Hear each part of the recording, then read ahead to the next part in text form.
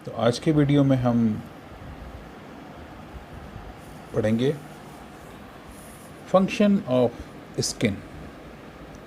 पिछले वीडियो में हमने इसका स्ट्रक्चर और इसके कंटेंट्स बताए थे। इस बार के वीडियो में, आज के वीडियो में हम बताएंगे फंक्शन ऑफ स्किन। तो फंक्शन वैसे तो आप सब जानते ही हैं, लेकिन फिर भी कुछ इसके जो मेन फंक्शन हैं वो हम आपको बताते हैं। इस शीट को देखें, इसमें जो मेन फंक्शन दिए हुए हैं टोटल, इसमें 8 तरह के फंक्शन होते हैं। पहला होता है टेम्परेचर रेगुलेशन, दूसरा होता है सेंस परसेप्शन, तीसरा होता है प्रोटेक्टिव, चौथा होता है वाटर बैलेंस और वाटर रेसिस्टेंस, पांचवा होता है इसका एंडोक्राइन फंक्शन, 6 होता है इसका एक्सक्रीशन फंक्शन, फिर इसके बाद 7th होता है इसका इम्यूनिटी, 8th होता है इसका अलाउ मसल्स मूवमेंट। हम एक एक फंक्शन को डिटेल में थोड़ा पढ़ेंगे, समझेंगे तो आपको समझ में आएगा कि इसके डिटेल में फंक्शन, इसके एक्चुअली मेन फंक्शन इसके 4 ही होते हैं: temperature regulation, sense perception, protective और वाटर बैलेंस। बाकी जो एंडोक्राइन वगैरह फंक्शन बहुत छोटे हैं, लेकिन फिर भी चूँकि फंक्शन है तो इसके बारे में थोड़ा सा पढ़ने तो ज़्यादा अच्छा है। अब सबसे पहले हम पढ़ते हैं टेम्परेचर रेगुलेशन के बारे में। जो इसका पहला फंक्शन जो है वो टेम्परेचर रेगुलेशन। अब टेम्परेचर रेगुलेशन कैसे होता है, इसमें होता क्या है कि हमारी जो बॉडी होती है उसमें जो मेटाबॉलिज्म, जो एक्टिविटीज़ होती हैं, उसमें लिवर जो है वो काफ़ी मात्रा में हीट प्रोड्यूस करता है। अब ये हीट जो होती है ये किसी तरह से शरीर से बाहर आती है। तो या तो ये हीट जो है लंग्स के थ्रू कार्बन डाइऑक्साइड के रूप में निकलती है, या फिर बॉडी से निकलती है, या फिर यूरिन से पास होती है। तो हम स्किन की जब बात कर रहे हैं तो यहाँ पर स्किन के केसेस में क्या होता है कि इसमें 2 सीज़न होते हैं, हॉट सीज़न और विंटर सीज़न। अब विंटर सीज़न में क्या होता है, कुटेनियस वासोडाइलेटेशन होता है। कुटेनियस मीन्स स्किन, वासोडाइलेटेशन मीन्स जो स्किन के नीचे जो इसकी कैपिलरी हैं, ब्लड कैपिलरीज, इसमें डायलेटेशन होता है। इसकी जो वेसल्स होती हैं ये डायलेट हो जाती हैं। तो डायलेट होने से क्या होगा, ब्लड सर्कुलेशन बढ़ जाएगा। तो अब इसमें होता क्या है, heat generate bye liver in convert via the blood and the heat arrives the skin. ये हीट जो होती है ये स्किन के ऊपर आती है, मतलब स्किन इससे गर्म हो जाती है। तो इससे क्या होता है, this heat is dissipate to the environment and body become cool. तो क्या हुआ कि यहाँ पसीना आया, पसीना हवा में उड़ गया और बॉडी जो है आपकी कूल हो गई एक्सचेंज मैकेनिज्म के थ्रू। आपने देखा होगा कि जब पसीना जब उड़ता है, जब हवा चलती है, तो जब पसीना उड़ता है तो आपकी बॉडी को ठंडक महसूस होती है। तो वो होता है कुटेनियस वासोडाइलेटेशन की मैकेनिज्म। अब इसमें क्या होता है, सेकंड फेज में क्या होता है, द स्वेट ग्लैंड्स होती हैं। The sweat gland of skin produce sweat, पसीना निकालती हैं। तो क्या होता है कि स्वेट इज एवोपरेटेड, पसीना उड़ता है। Evaporation takes place, the latent heat, ठीक है, जो लेटेंट हीट होती है बॉडी की वो यूज़ होती है और स्किन जो होती है वो कूल हो जाती है, ठीक है, जो मैं आपको पहले बता चुका हूँ। तो इसकी वजह से क्या होता है, the blood from liver reach to the skin and become cool, this cool blood return to the blood and other organs.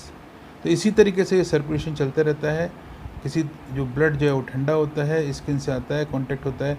आपने देखा होगा कि जो मटके के केसेस, मटका जो होता है उसमें भी ऐसे होता है कि मटके की जो बाहरी जो सरफेस होती है वो गीली होती है और वो हवा उसके कांटेक्ट में आती है, वो अपने साथ उड़ा के हवा पानी को ले जाती है और अंदर से जो गर्म पानी है वो वापस मटके की सरफेस पर आ जाता है।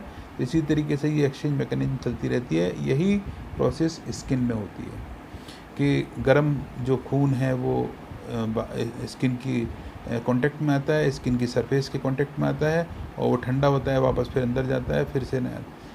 तो ये होता है गर्मी के केसेस में। अब होता है इन कोल्ड एनवायरनमेंट। कोल्ड में क्या होता है, सर्दी के दिनों में जस्ट उल्टा होता है इसका। इसमें होता है कुटेनियस वासो कंस्ट्रक्शन। वासो कंस्ट्रक्शन मीन्स जो स्किन के नीचे जो वेसल्स होती हैं वो फिर से कॉन्स्ट्रिक्ट हो जाती हैं। तो उसमें क्या होता है, जो ब्लड सर्कुलेशन जो होता है वो स्लो हो जाता है। क्यों? कम ब्लड निकलेगा, कम ब्लड उसमें से पास होगा। तो क्या होता है कि लिवर का जो गर्म जो ब्लड होता है वो स्किन के कांटेक्ट में नहीं आ पाता है, इसलिए वो ठंडा नहीं हो पाता है और अंदर जो हीट जो है होती है वो बढ़ जाती है।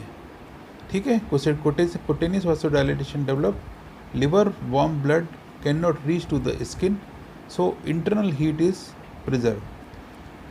अब होता क्या है, बोथ हाइपोथर्मिया किस में होगा, जिसके अंदर टेम्परेचर डाउन हो जाएगा ज़्यादा।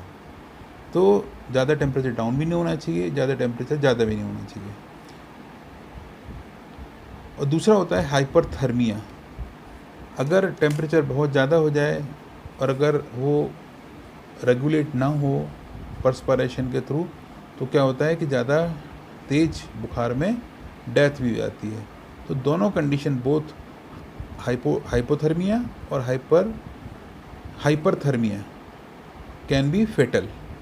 तो दोनों स्थिति जो होती है उसमें मौत हो सकती है। बहुत ज़्यादा ठंडा नहीं होना चाहिए बॉडी को और बहुत ज़्यादा गर्म नहीं होना चाहिए। इसलिए टेम्परेचर 105, 106, 108, 106 से 105 से ऊपर पहुंच जाता है तो फिर पेशेंट की कन्वर्शंस आने लगते हैं, उसको झटके आने लगते हैं, उसके दिमाग में गर्मी पहुंच जाती है। ठीक है। नेक्स्ट जो फंक्शन आता है वो आता है सेंस परसेप्शन। सेंस परसेप्शन आपको पता ही है कि जो स्किन के अंदर बहुत सारे रिसेप्टर्स होते हैं जो कि जो बॉडी की जो सेंस को एक्टिव बनाते हैं। ये जो होते हैं रिसेप्टर्स होते हैं, ये काम कैसे करते हैं? ये काम करते हैं जैसे आपको मैं एग्जांपल बता देता हूँ कि जैसे आपके स्किन के ऊपर कोई मच्छर बैठा हुआ है या मक्खी बैठी हुई है आपके सामने, आप उसे देख रहे हैं, तो ये आपको महसूस कैसे हुआ कि उस जो रिसेप्टर्स हैं उन्होंने आपको ब्रेन में ये सेंसेशन दिया कि आपकी स्किन के ऊपर कोई मच्छर या मक्खी बैठी है। तो दूसरे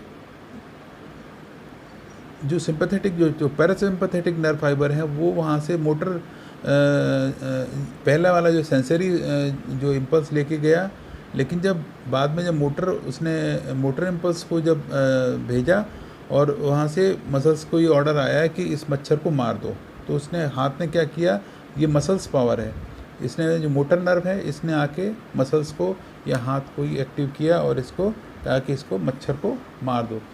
तो ऐसे ही यहाँ पर होता है सेंस परसेप्शन। यहाँ पर स्किन आपकी बहुत सेंसिटिव होती है। तो इसमें क्या होता है कि टच, पेन और टेम्परेचर, इनमें पेन कब हुआ, कोई चीज़ टच कब हुआ, जब कोई चीज़ आपके हाथ के ऊपर आकर बैठी, मक्खी या मच्छर। तो ये क्या करते हैं, the skin contents receptor for such sense like touch, pain and temperature. अब इसमें क्या होता है, impulse are received by these receptors. कोई भी इम्पल्स यहाँ से रिसीव होता है from these receptors afferent nerve fibers arises and the stimulate and in the proper area of brain, है ना, जहाँ जिसकी ज़रूरत होगी वहाँ उसके हिसाब से वो इम्पल्स लेके जाएगा और फिर क्या होगा, कुटेनियस सेंस आर परसीव्ड, वैसा सेंस आएगा और उसके हिसाब से, जैसे अगर आपको सर्दी लग रही है तो आप गर्म कपड़े पहनेंगे, अगर आपको गर्मी लग रही है तो फिर आप पंखा चलाएंगे। पसीना आएगा तो आप पंखा चलाएंगे। तो ये होता है सेंस परसेप्शन। फिर इसके बाद नेक्स्ट आता है प्रोटेक्टिव फंक्शन। प्रोटेक्टिव फंक्शन आपको पता है कि स्किन जो होती है वो पूरी कवर होती है और हमको प्रोटेक्शन प्रोवाइड करती है। किस किस से? Skin cover all the structure of the body and thus protect them from UV rays, ultraviolet rays. Ultraviolet rays तो आप लोग जानते ही होंगे कि सनलाइट से जो निकलती हैं उसमें जो गर्म बहुत तेज़ जो नुकसान करती हैं वो होती हैं अल्ट्रावायलेट रेस। और दूसरी होती है इंफ्रारेड। जो इंफ्रारेड होती है उनकी फ्रीक्वेंसी कम होती है, अल्ट्रावायलेट की ज़्यादा होती है। These rays absorb by the melanin, जो मेलानिन पिगमेंट होते हैं उसको एब्जॉर्ब करते हैं। As well as stratum corneum, जो सबसे ऊपर की जो लेयर मैंने आपको कल बताई थी वो होती है स्ट्रेटम कॉर्नियम, वो इसको एब्जॉर्ब करती है। अब UV expose in also harmful. UV rays जो होती हैं वो काफ़ी नुकसानदायक होती हैं अगर उनको मेलानिन उसको एब्जॉर्ब ना करे। और अगर मेलानिन एब्जॉर्ब कर लेता है तो फिर इसकी जो नुकसान जो होता है वो कम हो जाता है। ठीक है, नुकसान तो होता है लेकिन वो कम हो जाता है। UV expose is also harmful, can cause UV injuries, उसमें आपको अल्सर हो सकते हैं। Which include skin cancer, cancer भी हो सकता है। इसको बोलते हैं बेसल सेल कार्सिनोमा और रोडेंट अल्सर। रोडेंट से मतलब होता है जैसे चूहा होता है, रोडेंट बोलते हैं चूहे को। तो चूहा जो होता है कुतर देता है ना, ऐसे इस तरीके से अल्सर हो जाते हैं, उनको बोलते हैं रोडेंट अल्सर। और ये बेसिकली होते बेसल सेल कार्सिनोमा है, जो मैंने आपको बताई थी सबसे लास्ट लेयर जो होती है इसके स्ट्रेटम जर्मिनेटिवम। तो उसमें से जो डर्मिस की सबसे ऊपर लेयर होती है तो उसमें, और एपिडर्मिस सबसे नीचे होती है। तो इसमें जो लेयर होती है इसके अंदर ये जो मेलानोसाइट्स भी यहीं पर होते हैं और ये इसकी फ्रीक्वेंसी को, यूवी रेज की फ्रीक्वेंसी को कम कर देते हैं। लेकिन अगर मेलानोसाइट्स अगर कम होंगे तो फिर ये अल्ट्रावायलेट रेज जो होती हैं वो अल्सर फॉर्म कर देती हैं। इन वाइट पर्सन, जो सफ़ेद लोग होते हैं, as in Australia, who lives under hot sun, जो जहाँ गर्मी ज़्यादा पड़ती है, तो उन लोगों में ये कैंसर जो है बहुत कॉमन है। इसके अलावा skin protect from invasion by the microbes, ये माइक्रोबैक्टीरियाज होते हैं, फंगस होता है, इससे बचाती है। केमिकल एंड फिज़िकल एजेंट्स, जैसे फंगस होता है या कोई भी जितने भी इन्फेक्शंस होते हैं इनसे इनको बचाती है। अब जो होता क्या है इसमें एक चीज़ और भी है, जो अफ्रीकन कंट्रीज़ होती हैं इनमें यहाँ पर क्या होता है कि ये लोग जो होते हैं काफ़ी, इन लोगों के ये डार्क होते हैं, मतलब ये लोग काले होते हैं। तो इसमें जो होता है इनमें मेलानिन पिगमेंट की मात्रा ज़्यादा होती है। तो इसकी वजह से क्या होती है, ये यूवी रेज जो होती हैं ये इनको रोकती हैं, मतलब यूवी रेज मतलब मेलानोसाइट्स इनको रोकते हैं।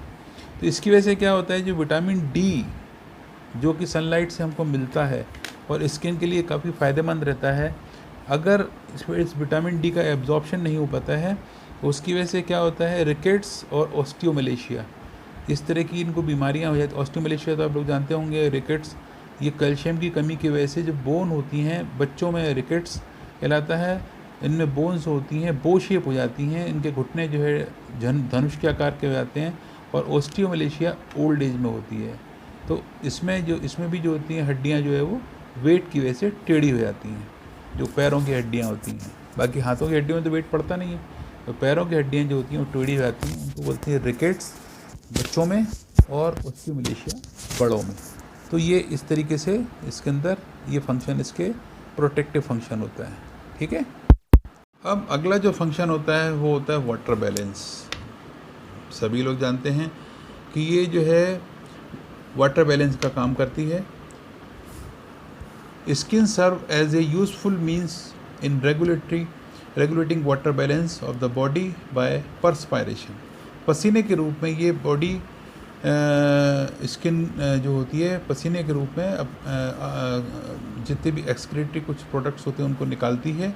और अगर पसीना ज़्यादा आता है तो फिर हमको प्यास का अनुभव होता है, और ये इस तरीके से हम जब प्यास लगती है हम फिर पानी पीते हैं।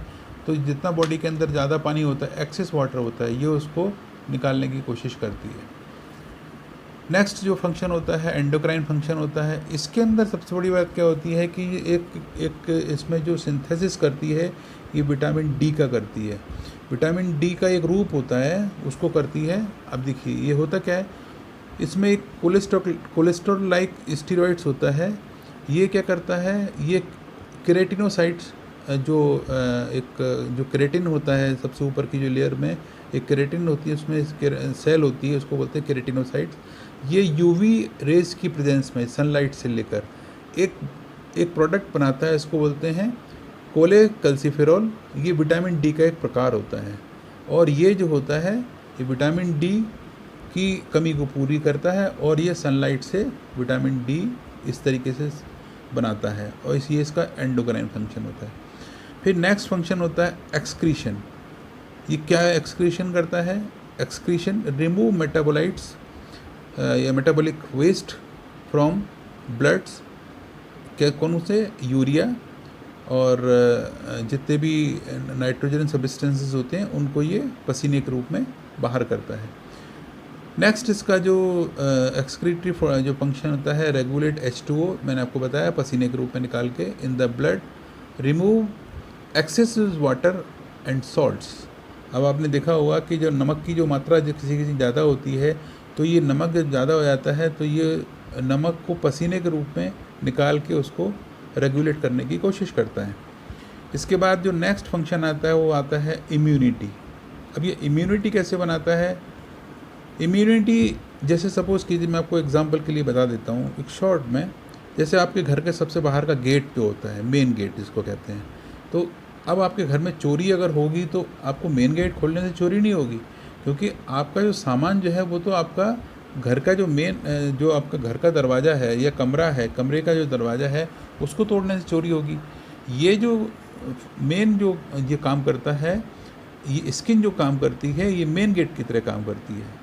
इसको बोलते हैं इन्नेट इम्यूनिटी। ये इन्नेट इम्यूनिटी जो होती है ना, एक फिज़िकल बैरियर का काम करती है और किसी भी इन्फेक्शन को सबसे पहले अंदर आने से रोकती है। अब ये कैसे रोकती है, इसमें क्या होता है, first defence barrier of the immune response. मतलब जैसे सपोज़ कीजिए कि जैसे अगर आपको कोई एलर्जी है तो एलर्जी तो अंदर जाने के बाद जो है उसके आगे सिम्टम दूसरे प्रोड्यूस होंगे, लेकिन ये किसी भी तरीके से उसको, जैसे अगर किसी चीज़ से एलर्जी है और वो आपके कांटेक्ट में आए तो तुरंत आपको छींकें आना शुरू हो जाएंगी और आपको ये बता देगी कि आपके कांटेक्ट में कोई ऐसी चीज़ आई जिससे आपको नुकसान है या एलर्जी है। जैसे म्यूकस मेम्ब्रेन में कांटेक्ट में आती है, या फिर secretion of skin and mucous membrane, इसके जो सिक्रीशंस होते हैं ये इसको किसी तरीके से बॉडी में इन्फेक्शन जाने से रोकते हैं और इम्यूनिटी को इम्यून करते हैं बॉडी को। इसके बाद नेक्स्ट आता है लास्ट, उसको बोलते हैं allow muscles movement. Allow muscles movement, अगर स्किन नहीं होती तो क्या होता, अगर स्किन नहीं होती तो आपके बॉडी के जो मसल्स हैं, ऑर्गन्स हैं, तो क्या वो बंधे रह सकते? तो ये बॉडी को शेप प्रोवाइड करती है। पूरी बॉडी का स्ट्रक्चर कैसा होता है, कैसा, अगर स्किन नहीं होती तो आप ना चल सकते थे, ना सो सकते थे, ना लेट सकते थे, ना नहा सकते थे, कुछ नहीं कर सकते थे। तो ये बॉडी को शेप प्रोड्यूस करती है और पूरे बॉडी को बांध के रखती है। तो ये हैं इसके फंक्शन, और इसमें आपका जितने भी छोटे फंक्शन सारे इसमें आ गए हैं।